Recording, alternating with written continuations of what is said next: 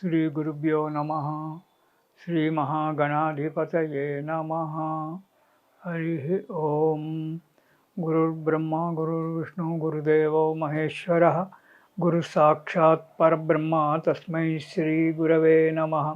హరితసగోత్రోత్పన్నం హరిభక్తిపరాయణం శంకర గురువరేంద్ర చరణం శరణం ప్రపద్యే. శ్రీ మహద్భ్యో గురుభ్యో నమః. సదాశివసమారంభాం వ్యాసశంకరమధ్యమాం అస్మదాచార్యపర్యంతాం వందే గురుపరంపరాం. అరుణాం కరుణాతరంగితాక్షీం ధృతపాశాంకుశ పుష్పబాణచాపాం అనిమాదిభిరయూరుతాం అయూకైః అహమిత్యేవ విభావయేద్భవానీం. ఓం శ్రీమాత్రే నమః. ఓం శ్రీమాత్రే నమః. మెగా9 భక్తి ఛానల్ ప్రేక్షకులకు అమ్మవారి యొక్క శుభాశీస్సులు. మనము ప్రతి నెల చెప్పుకున్నట్టుగానే మాస ఫలితాలు జూలై నెలలో కూడా ఈ 12 రాసుల వారికి ఎలా ఉంటాయో కొద్దిగా తెలుసుకుందాం. వీటిని తెలుసుకునే ముందు ఒక చిన్న విన్నపం. ఈ మాస ఫలితాలు అనేటువంటివి సామూహికంగా, అంటే జన్మ నక్షత్రము కావచ్చు, పేరును బట్టి వ్యవహార నామాన్ని బట్టి నక్షత్రం రాశి కావచ్చు, దీనివల్ల చెప్పేటువంటివి ఇవి మన జాతకం, మన యొక్క ఫలితాలలో ఒక 20% మాత్రమే మనకు పనిచేస్తాయి.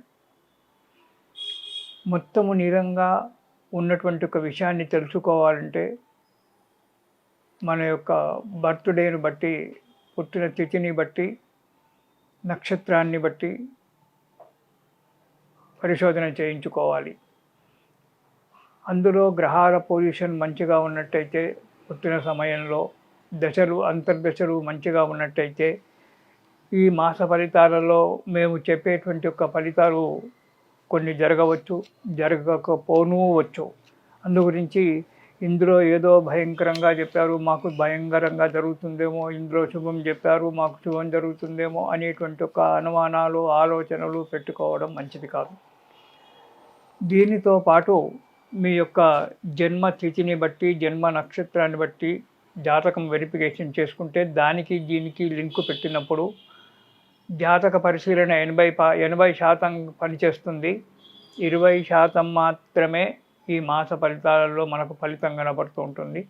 ఇది ప్రేక్షకులందరూ కూడా ఆలోచించుకోవాలి, మనసులో పెట్టుకొని జాగ్రత్తగా వినండి. ఇక మనకు 12 రాశులలో, అంటే మేషరాశి నుంచి మీనరాశి వరకు ఉండబడేటువంటి ఒక 12 రాశులలో మేషరాశి మొదటిగా పరిగణిస్తూ ఉన్నాం. ఆ మేషరాశికి జూలై మాసంలో, అంటే మనకు సామాన్యంగా తెలుగు మాసాలలో ఆషాఢ మాసం వస్తుంది. ఒక 2-3 రోజులు ఇటు అటు జూన్ చివరిలో నుంచి జూలై మాసం. ఈ మేషరాశి వారికి ఈ జూలై నెలలో ఉద్యోగులకు ఉన్నతిగా ఉంటుంది. విద్యార్థులకు అనుకున్నటువంటి ఒక కాలేజీలో కావచ్చు, పాఠశాలలో కావచ్చు అడ్మిషన్ లభించడానికి ఆస్కారం ఉంది.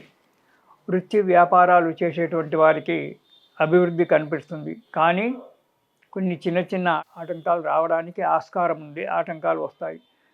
కొద్దిగా అధిక ధన వ్యయం కూడా కలగడానికి ఆస్కారం ఉంది. అధిక ధన వ్యయము ఇలాగూ కలుగుతుంది. ఎలా అంటే అడ్మిషన్లకు, పిల్లల అడ్మిషన్లకు, దానికి దీనికి అక్కడ ఉన్నట్టయితే మనకు అధిక ధన వ్యయం. ప్రయాణాలలో కొన్ని ఆటంకాలు ఏర్పడడానికి కూడా ఆస్కారం ఉంది. చిన్నటువంటి యొక్క కలహాలు, కొన్ని కోర్టు వ్యాజ్యాలు కానీ, లేదా కొన్ని పోలీస్ కేసులు అటువంటివి కానీ కూడా రావడానికి ఆస్కారం ఉంది. కాబట్టి మేషరాశి వారు ఈ నెలలో చాలా జాగ్రత్తగా ఉండడం చాలా మంచిది. ఇకపోతే జూలై నెలలో మేషరాశి వారికి మొదటి వారంలో అనారోగ్యంగా ఉంటుంది. ఎప్పుడూ విచారంగా ఉంటుంది. మనస్సులో లేనిపోని ఆలోచనలతో మనస్సంతా నిలకడగా లేకుండా ఉంటుంది. కొన్ని నిందలు కూడా భరించడానికి ఆస్కారం ఉంది. చేయని తప్పుకు శిక్ష అనుభవించడం అనేటువంటిది జరగడానికి ఆస్కారం ఉంది. అనవసరమైనటువంటి యొక్క ప్రయాణాలు చేయడము, కొంత ధన నష్టం కూడా కలగడానికి ఆస్కారం ఉంది జూలై నెలలో మొదటి వారంలో మేషరాశి వారికి.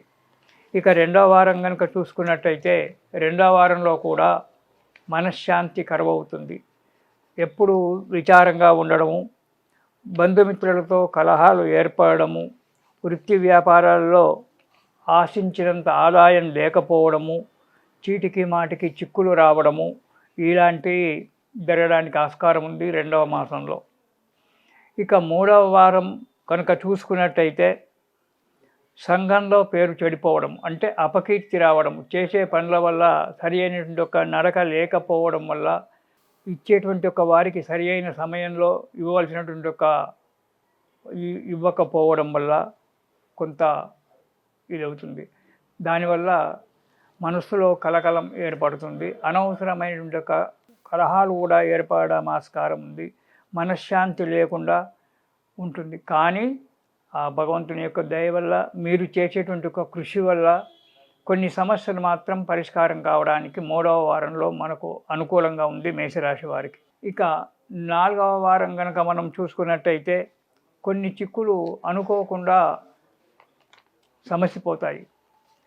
ఎలా సమసిపోయాయో మనకు కూడా తెలియదు. కొందరు చిన్న చిన్న సలహాల వల్లనే, ఇటు తల్లిదండ్రుల సలహా కావచ్చు, బంధుమిత్రుల సలహా కావచ్చు, స్నేహితుల వల్ల సలహా కావచ్చు, వీటి వల్ల కొన్ని సమస్యలు తొందరగా తొలగిపోయి మనశ్శాంతిగా ఉంటుంది. సమస్యలు తొలగిపోవడం వల్ల కుటుంబంలో సౌఖ్యము, అంటే భార్యాబిడ్డలతో, తల్లిదండ్రులతో, సహోదరులతో అందరితో కూడా సంతోషంగా, సుఖంగా, సంతోషంగా ఉండడం జరుగుతుంది.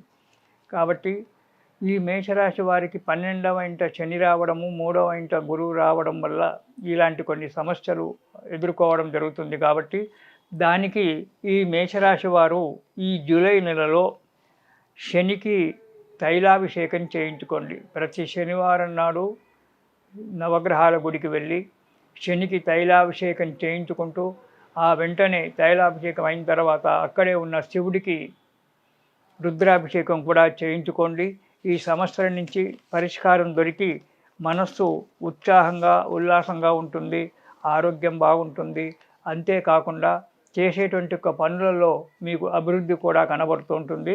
కాబట్టి తైలాభిషేకము, రుద్రాభిషేకము ఈ నెలలో వచ్చేటువంటి ఒక ప్రతి శనివారం చేయించుకోవడము మేషరాశి వారికి చాలా మంచిదని చెప్పడం జరుగుతుంది. ఇది శుభం.